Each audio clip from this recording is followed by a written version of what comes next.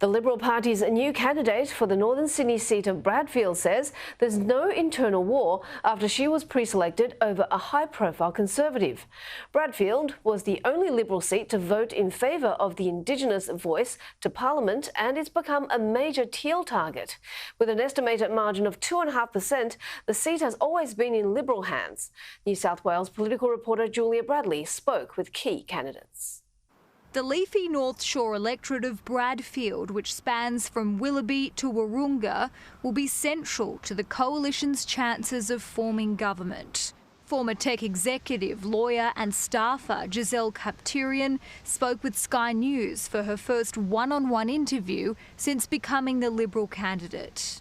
From Paul Fletcher, Brendan Nelson, Gladys Berejiklian, Barry O'Farrell, Nick Greiner, I've been so lucky to be able to seek their advice and receive that local knowledge. After the resignation of long-time member and former Coalition Minister Paul Fletcher, a string of current and former politicians supported the moderate in the ultra-marginal seat. Ms Kapterian won pre-selection 207 votes to 171 against leading No campaigner for the Indigenous voice to Parliament, Warren Mundine, who was backed by former Prime Minister Tony Abbott. Has this pre-selection sparked a war in the party? I don't think I've seen any evidence of that kind of war at all to date. Her migrant story compared with that of a former Premier. My family's also from Jerusalem, like Gladys's family, and so and it is a story that is shared across not only Bradfield but across Australia. Coming to Australia because families, parents are making a choice that this is where they can make a better life for their families. Teal independent Nicolette Buller, who won more than 20% of the primary vote last election, has mustered an army of volunteers along with Climate 200's War Chest for a rerun. So we took a few weeks off after the 2022 election and kind of kept rolling. So we haven't really stopped. Both candidates are focused on the cost of living and housing.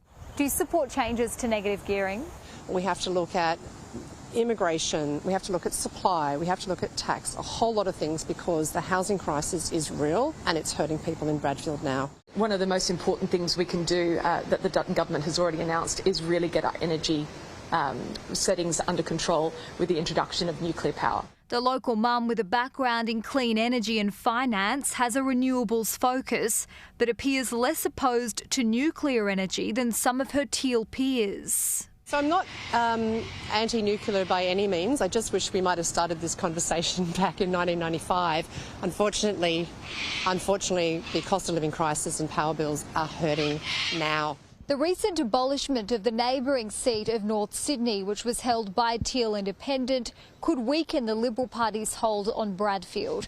Around 30,000 people who voted in that electorate will now vote here. The Liberal Party. Why? Because they will help us with the cost of living. Independent would probably be where I'd lean, and we're finding it incredibly hard just to work out a budget that's going to suit our family. What issues matter to you most? Common sense. Just common sense. Julia Bradley, Sky News in the electorate of Bradfield.